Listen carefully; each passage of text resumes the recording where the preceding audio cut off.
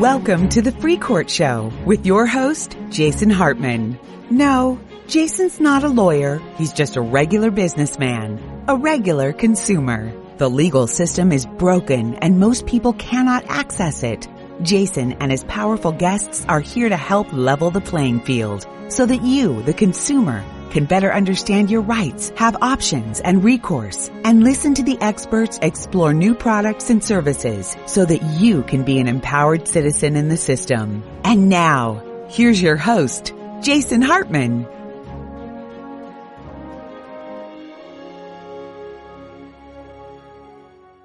It's my pleasure to welcome one of our clients back to the show, and that is Russ Munson.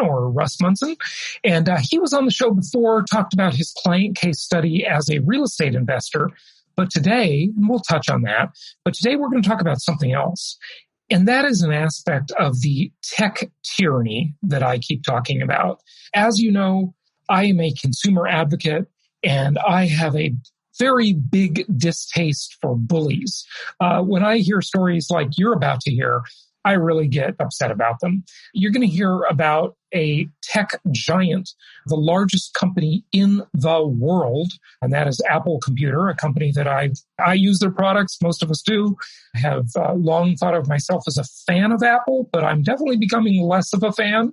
And this story is one more step in that direction, moving the needle away from my interest in Apple. I used to really like Tim Cook and thought he was doing a great job, but some things I've really called that into question lately, and this is yet another part of that story. Russ is a CPA. He also has a company that he started that is now being bullied by Apple. So you're going to hear that story and hear a little bit about his real estate investments and how we got to this place. Russ, welcome. How are you doing? I'm doing well. Thanks, Jason, for having me on. I've been listening to your podcast for years, and so it's fun to be on again. Yeah, it's great to have you. When did you first start listening to my podcast, just out of curiosity? I started right in the middle of the Great Recession. So when the housing collapse was happening before, I was just searching on podcast players for best real estate podcasts, landed on yours, and it kind of guided my investment philosophy and a lot of the decisions that I made in terms of my own investing. And I've been a big fan of yours ever since. Good stuff. Well, thank you. And thank you for all your business and your referrals. We really appreciate that, obviously. Tell us how your investing involved a little bit and how it funded the business you have now. So I started picking up just a couple of houses locally. I live in Utah during the Great Recession when everything was basically free. And I was in the mortgage business at the time, and it was obvious to me that when the cost of buying a house was less than the cost of building a house, unless you had a massive population decline, like something good was going to happen to the prices of those. Right. And I was mostly investing at the time with the properties I was purchasing just for appreciation. And then I started listening to your podcast and started learning about really the value of some of these other markets other than my home state in Utah. Mm-hmm. And I just didn't really have the resources to branch out of Utah. Or at least I didn't think I did. And so I connected up with an investment counselor at your company and started acquiring properties outside of Utah. I started in St. Louis, bought a couple of duplexes and fourplexes there. And then I bought several properties in Memphis, and several family members bought properties in other of your markets, and started the cash flow machine, I guess. Excellent. Well, good for you. So you started investing with us when, around 2008 or 9, or was it that far back? I think my first property purchase with you probably would have been in 2000. It might have been 2009. Yeah. Uh-huh. So 11 years ago then. It's 2020 now. So just in case you're listening to this 5 years from now. So you never know. Yeah, good been around the block a time or two. So. Yeah, you definitely have. Well, you started in the Great Recession, which was a good time to start. Times of economic uncertainty are times that create a lot of opportunities. And I think now we might be seeing that again. So without going down that rabbit hole, which would take a long time to discuss, I want to just get to the story a little bit. So you began investing with us. That enabled you to fund a business. Yeah, that's right. Right? Okay, tell us about that. Yeah, so I was investing in real estate on the side of my main job. I was a CPA, worked for a large bank. And at the same time, my wife was actually building a food blog. And I was kind of helping figure out how to make money from the food blogging business. And we got to a point where we were able to make that business very successful. And I was able to quit my full-time job from the combined income of the food blog and the real estate business. And when we got into that, like our food blog really took off thanks to the rise of Facebook back when Facebook was first starting to go big. And we got millions and millions of followers on Facebook and had a ton of traffic and were able to build a business there. And then shortly after we built that business, the Facebook algorithm turned against us and it started to erode our traffic and try to keep users on Facebook instead of on the content provider site. And so we had kind of a really rough experience there figuring out how to monetize a content-based business. Mm-hmm. When the big tech companies in control. So sure, yeah, I know that's the problem with today's world. I tell you, these big tech companies are just bullies, and we're obviously going to get into that today. They can just ruin people's lives, and you just have no recourse at all. It's so unfair. That's why we need these companies to be split up. We need a broader marketplace so there are choices, so there's more variety. It's indeed, this would have never been allowed post-industrial revolution, post robber barons, Carnegies, Mellons, Rockefellers, etc. And now we have that again, and because they're so much better at lobbying and basically faking that they're in other businesses that they're really not in, because right. Google does this extremely well, by the way. Folks, have you ever wondered why Google is in so many businesses that make like no money, that are complete failures?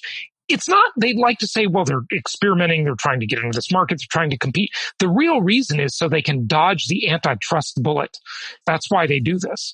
They have no interest really in a lot of these businesses, I don't think. I mean, look, this is my view as an outsider, obviously. So, maybe they think differently, but I don't believe them. So they say, well, we're in the self-driving car business, we're in the search business, we're in the, the this business, the that business, and we don't dominate any of these things. We're in all these businesses, right? And so they're able to dodge that bullet, plus the fact that they spend $1 zillion on lobbyists and they get all the laws written in their favor. It's just a complete scam. So hopefully this is going to change. But if you want to share your screen and show us your business so we can get the background, and then let's see what's happening. We're going to look at legal notices and really kind of dive into this. I think it'll be fascinating to you. Yeah, it is really interesting, the argument that they're not monopolies. I mean, it's hard to imagine. There have never been bigger companies with more market power in the history of the world. And if they're not monopolies, I don't know how we define it. It's kind of an interesting situation. When these companies have GDPs larger than many countries, I think you can call them monopolies by then. That's right. Yeah. And the fact that they all work together and they curry favor with the government by becoming proxies for the government. Think also about this, listeners and viewers. The government is not allowed to impede your right to free speech under the Constitution. Of course, we know that as the First Amendment. But a private company can censor your speech. And if a private company becomes a proxy for the government, and that's how they curry favor with the government to get laws written in their favor and allow them to pay little to no taxes because they have all these offshore companies, it's a complete scam. I mean, this is just a complete scam. Hopefully this will move the needle and they won't take the show off the air, because they definitely censor this kind of stuff. What kind of food blog was your wife doing? Yeah, so our food blog that we built was called Super Healthy Kids. So It's a blog dedicated to helping parents have the resources they need to feed their kids healthy food instead of junk food, to kind of battle their kids' desire for chicken nuggets and mac and cheese all the time, and get them eating and developing healthy habits. Right. So there you're gonna piss off a lot of big powers. Right. So McDonald's isn't gonna like you very much, right? Yeah. So our Facebook pages tend to be full of controversy about people's food religions. So it's very interesting. It's a good way to put it. Good way to put it. Yeah, but what we kind of did with Super Healthy Kids, I mentioned that we had seen kind of how those big companies, the big tech companies' algorithms could make it so that you aren't really in control of your business. So we decided at that time to start building some sort of content delivery system that wasn't in control of big tech companies, that we could extend to other food bloggers to build their businesses on. And so that's how this business that we are running into problems with Apple was formed. And that company is called PrePear. As you can imagine, in our view, one thing that's interesting to think about here as we kind of walk through what we do with PrePear is how dissimilar the services, the nature, the operations of what we're doing are from a computer technology business. There's virtually no way that these two businesses can be confused or be considered competitors. So it's kind of an interesting background for this. What we do with PrePear is we create a connected cooking experience so that you can store all of your favorite recipes in one place, and you can use basically all of the content that you like to consume on the internet without the advertising infrastructure that bothers you while you use the content, and that your use of that content will benefit the content creator directly. So we have a paid version of PrePear called PrePear Gold, where subscribers can pay $59 a year to be a member, and we then share that revenue directly with the content creators. And that's kind of exactly our view of how some of these tech companies should work. They don't share their revenue with... So what is the content creator? Someone with a recipe? Yeah. So in the example you can see here, this recipe from Super Healthy Kids, if I were following Super Healthy Kids on PrePear, I would have access to their content in a format that doesn't include display advertising from that food blogger. That's really kind of a cumbersome thing to cook from a phone when the ads are jumping you all over the page. Right. We've solved all of those content problems. And then as a user, you can see if you're not a paying user, which how I'm logged in now is not a paying user, you can view that content on the blogger's site with those advertisements. If you decide to pay, then you can view any of their content with no advertisements, and we then send that money back on to the food blogger. Okay. So first off, I want to be a content provider because, as you may have heard on the podcast, I'm a little bit into cooking now. Mm-hmm. It used to be that the best thing I made for dinner was reservations, but I've gotten better, especially with these lockdowns and so forth. And I tell you, I make the world's best salad. Ever. Really? Like nobody makes a salad better than I do. Okay. So I got to get my recipes on your site. Okay. Go awesome. ahead. Well, we'd love to have you as a content creator. And that would kind of highlight, we could have an Eat Like Jason meal plan that people can subscribe to and be fit like you. So, and that's really kind of the idea behind PrePear is it allows you to create cookbooks, to kind of store even your own family recipes. So you can, for example, create your own cookbooks with all of your family recipes. I share my family recipes. You can do your meal planning, and you can even send your grocery list directly to Walmart to do your shopping, so you don't have to go into the store anymore. That's super handy, yeah. We basically just tied all the things that you need to cook from home successfully into one solution. And that's really what PrePear was about. But having it not be a tech company that isn't caring for everyone who's involved in that transaction. The content creators involved in the transaction, PrePear's involved in the transaction, and the consumers involved in the transaction, and we're really trying to do right by everyone. So situation. Your investment counselor posted something in our private group about how this was happening to you, this burgeoning legal battle with Apple. Then a couple of days later, I actually saw in the mainstream media, I saw a story about you, and I thought, this is our client. Now, what are you going through? What is Apple? What is their problem with your company? When we started PrePear, we filed for a trademark for this pear icon. It's an icon that clearly represents a pear. It's usually used in the color green. It looks nothing like an apple whatsoever, used to represent a meal planning and cooking business. Right. And the fact that it looks nothing like an apple is why this has gotten so much media attention. So when we filed for our trademark, unbelievably, this will tell you how the legal process in the United States works. In January of 2017, we went through the whole process with the trademark approval board, and we finally got our trademark approved in fall of last year, where the trademark agency of the U.S. government said, look, there's no conflicts here. We're going to release this trademark, and you guys are going to be all set. And so that's the USPTO, the Patent and Trademark Office. That's right. Yep. I have many trademarks. I know them well. Okay. Yes. So they gave us the all clear and published our trademark for other companies in the world to look at and see if they had a problem with it. And on the last day of the window to oppose our trademark, Apple didn't file to oppose our trademark. They filed to extend the date that they could oppose our trademark. and then repeatedly filed to extend that date as far as they possibly could to make this as difficult as possible for us to bear the burden of and keep us in limbo as long as possible. And this is kind of a practice they do with all of the trademark oppositions they do. Yeah, now Apple's in a big fight with Fortnite. I don't know much about that story. I haven't been following it, but they're in a big fight with them too. So the article that I saw in the mainstream media was basically, it said something to the effect of Apple to startup, change your logo or else. That was the headline, right. I believe. That's right. So they're telling you that their logo is an apple with a bite out of it. Your logo is a pear with no bite out of it that looks nothing like their apple. But I guess Apple is claiming the rights to all fruit. Yes. Are they claiming the rights to vegetables too? If I opened a company called Broccoli or, Potato, would they be suing me? I mean, what? I wouldn't put it past them, but it's very clear that what they described in their legal action to us, and I'll show you what their actual legal action says. It says consumers encountering applicant, that's us, mark, are likely to associate the mark with Apple. Applicant's mark consists of a minimalistic fruit design with a right-angled leaf, which readily calls to mind Apple's famous Apple logo and creates a similar commercial impression. And then they show a side-by-side that clearly shows no similarities between these two logos other than what they described. They're both fruit and they both have leaves. Now, when you file for a trademark, there are, I think, 40 classes under which you can classify your trademark.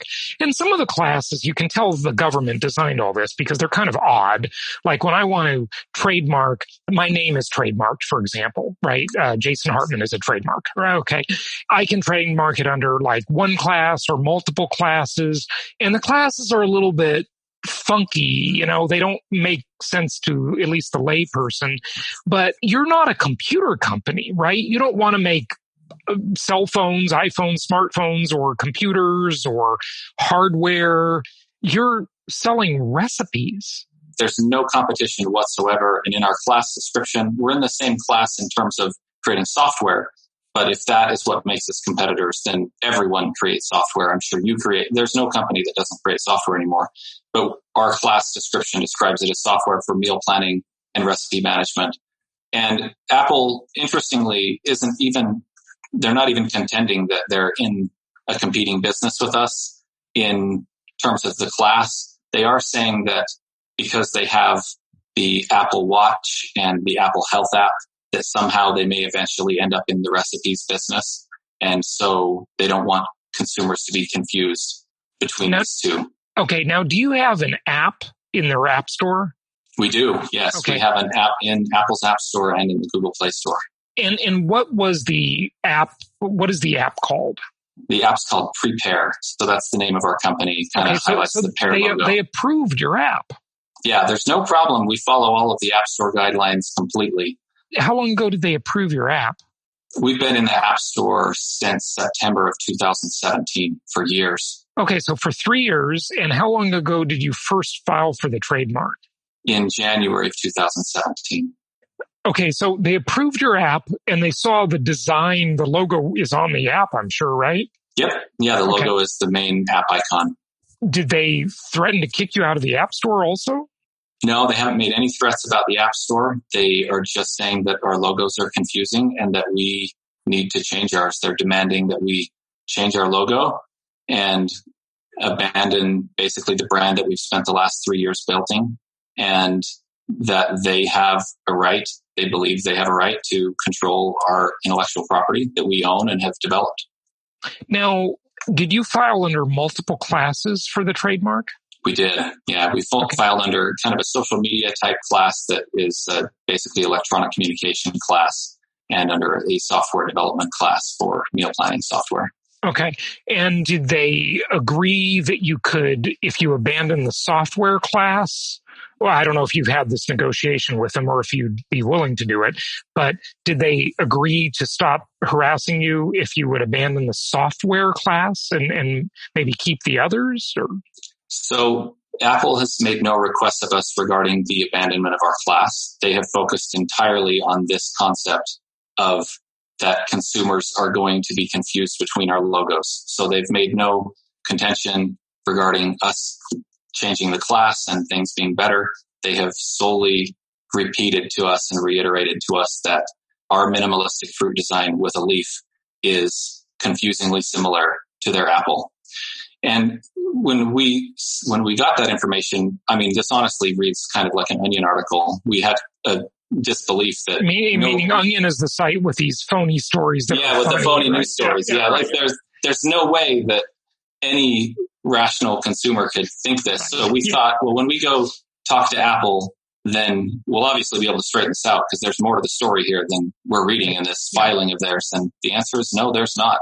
They're really contending that pears and apples can't coexist without confusing consumers. Do you know if there are any other examples of other fruit logos that Apple has had problems with? There are. So they have, we're not like a random target here that they have come after. In our research, we found more than 40 other unrelated fruit icons and logos that Apple has opposed, the vast majority of which just don't respond to Apple's opposition and lose their trademarks. And very, very rarely does somebody decide to fight Apple. That's actually what spurred us on to want to fight Apple in this case. Yeah. It's such a ridiculous claim.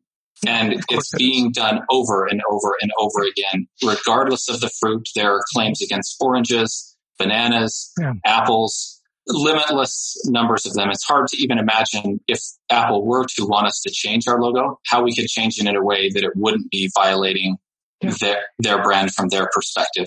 So I have litigated cases where the other party is just either a crook or a bully.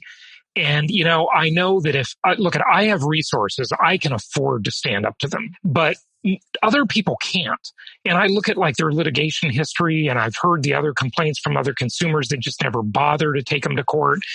I feel that it's my duty to do something, because if you don't stick up to them, who's going to do it? They're just going to keep rolling over everybody. So I really applaud you for doing that. Of course, I'm not a legal expert. Neither are you, but this just seems on its face like to a common sense layperson that this is an act of just bullying. They're $1 trillion plus company. I mean, they know they can just throw their weight around and just roll over and destroy companies like crazy. It's ridiculous. Here's what this article says, by the way. And I saw this on Newser, mainstream media by then. Apple to small startup, ditch that logo or else. The tech giant sues PrePear over its logo of, you guessed it, a pear. Note to small startups, try not using a fruit logo. Apple might get mad. The tech behemoth has again filed suit over a fruity logo, this time against a 5-employee startup called PrePear that advertises itself with the image of a green pear. Entrepreneur reports. Which, by the way, Entrepreneur was in a big lawsuit with a friend of mine years ago and won. They bullied him into submission because he was using the word entrepreneur, which it's incredible. Wasn't like it wasn't dictionary with entrepreneur. I mean, this is unbelievable sometimes. Okay, and it says now Russell Munson, the recipe app's founder, has posted an online petition. You can see the PrePear logo here, and there's a link to it. Seeking people's support. Quote. It's a very terrifying experience to be legally attacked by one of the largest companies in the world, even when they have clearly done nothing wrong, unquote. He writes, we feel a moral obligation to take a stand against Apple's aggressive legal action, unquote. His petition has more than 63,000 signatures so far. Wow. Well, that was a few days ago. We're up to 175,000 now. So you're showing the petition on change.org. Yeah, this is the petition that we've sent to Apple actually and received no response to this. In fact, we sent this petition and we honestly assumed that when they saw the public outcry about this, because millions of people have seen our logos side by side and nobody is confused. We thought, they're making this legal argument. Really, they think people will be confused. So let's use our millions of social media followers with our food blog to run that experiment in the real world. And no one is confused. Nobody has gone into an Apple store and asked them if they can help them make dinner. It hasn't happened. So and by the same token, nobody has tried to buy a computer from us since this whole thing came to light and became public. So you're not selling many computers with Pears on them, huh? No, believe it or not, we haven't stepped into their business at all. Yeah. And we thought that they would respond to this petition saying, oh, well, that they're a rational actor in a way and would look at this and say, okay, there is no confusion. Yeah. Let's drop this. It's not worth the PR nightmare that this is. And we have learned from our attorney, speaking with their attorneys, that not only are they not dropping it, they're doubling down. They've now filed an opposition against our trademark in Canada as well. And they're doing their best to make this as expensive and painful as possible for us to keep our logo. I'm not familiar with the world of the big corporate world. I've never worked in a big corporation. I don't really understand how they operate.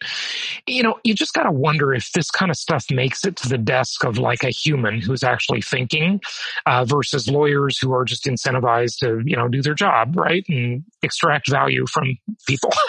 Right. That's what some of them do. Like, does Tim Cook, for example, as a human being, know about this? And if this makes it to his desk or a meeting with him, would he just be like a rational person and say, this is kind of ridiculous. I think we should just let this go?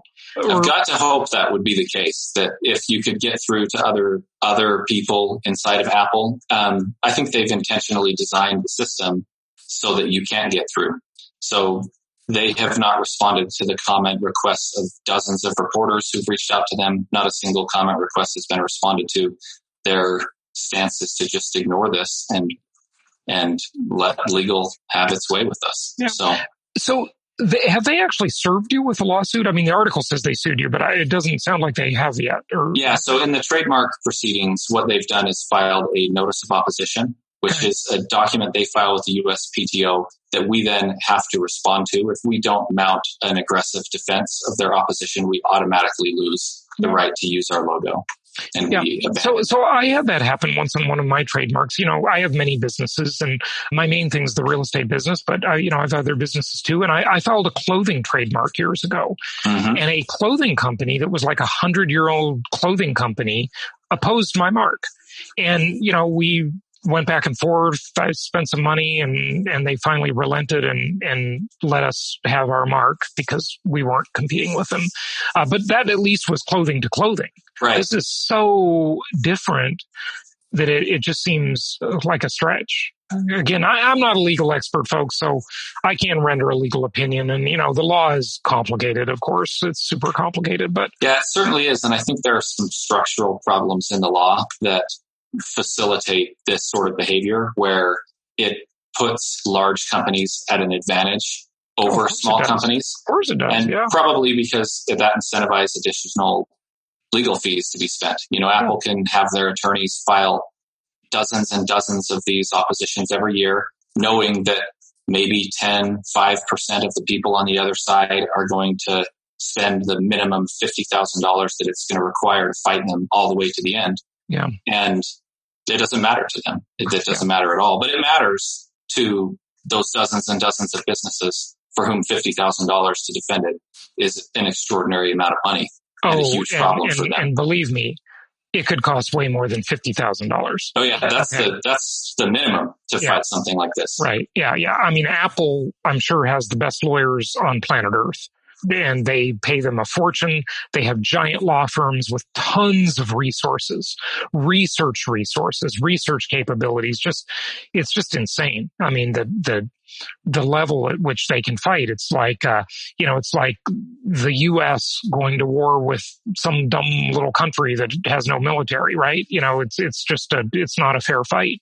And that's the problem with the legal system. And it's a fight that by default you lose. Right. So there's no option to not defend. You either quit or defend. And there's no second review board. There's no common sense person that looks at this to see, if you don't have a case, then you'll have to pay the legal fees if you want to take this frivolous lawsuit through. There's nothing there. It's just get your attorneys and lawyer up. That's the way it works. PragerU or Prager University sued YouTube / Google / Alphabet, whatever you want to call them. And I don't know the status of that case, but they claimed that Google or YouTube was, downranking their videos in the App Store because their videos are conservative and Google is liberal. Okay. As most tech companies are. And, I don't know where they got with that. I assume they probably didn't get anywhere with it because of the way the system works and this. They just have everything in their favor with their lobbyists. They can write law. They don't have to fight the law. They write the law, okay, when they have lobbyists, an army of lobbyists. And the reason I'm saying that is because I'm wondering, do you have any inkling or any suspicion that because of this problem, that Apple is downranking your app in their app store? They control the audience that sees your app, because they control the App Store. They do. Now, at least they don't control the internet. Okay. At least not yet.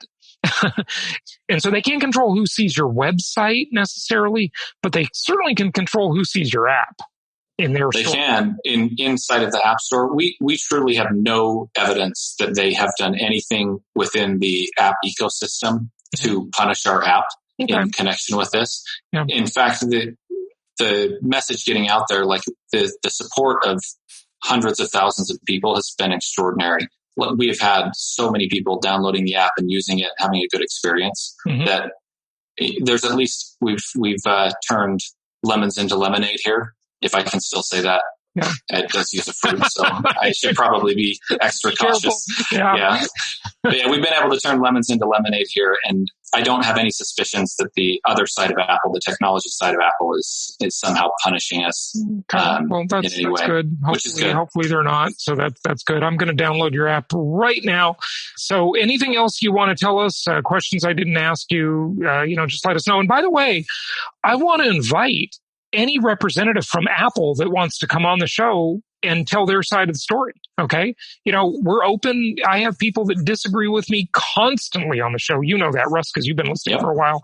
I have people that I wouldn't even come close to agreeing with on my show.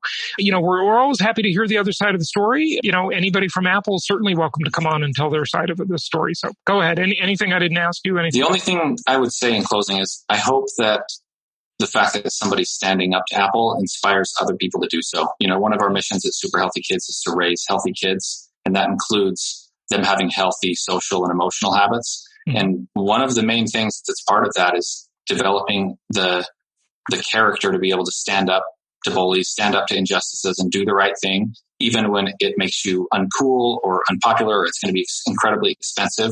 It's just important that our world is filled with people who will stand up to bullies, to people who are willing to take advantage of other people. And I hope this inspires some people to do the same. I hope so too. And you know what?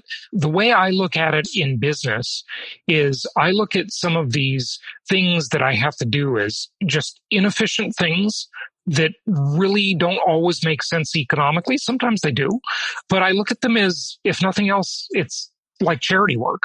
Okay. I donate money to charity, and sometimes you have an additional expense that's like for the greater good of the industry, the community, the human race, whatever, right? And so I totally understand what you're saying there. Thanks for sharing this story with us, and I wish you the best. Thanks for sharing your investing story with us. You were on the podcast one other time before talking about real estate investing and how that's helped you. So, but this is more about the Pear and the Apple.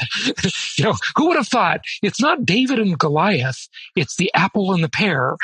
So, unbelievable. Yeah. Well, it's a pleasure to be on. I've really appreciated all of your advice over the years, and there's a lot of wisdom in your podcast, and it's been a real benefit to us and helped us create a financial position where we can build a business and do the things that we're doing. So good stuff. Yeah, it's my pleasure, and I hope that this show does not get censored in some way.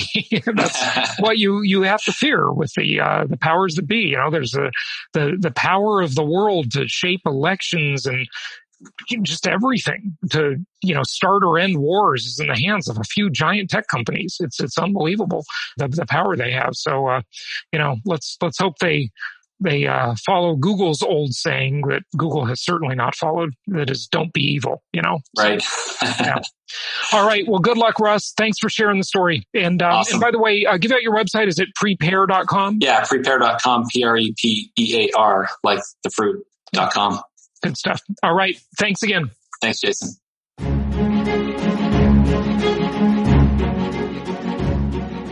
Thank you for listening to The Free Court Show. Be sure to subscribe, rate, and review the show on iTunes or the platform of your choice. You can find the show notes and resources for today's episode at freecourt.com. Remember that guests' opinions are their own and information is of general nature, so be sure to consult appropriate tax, legal, and other professionals for specific advice.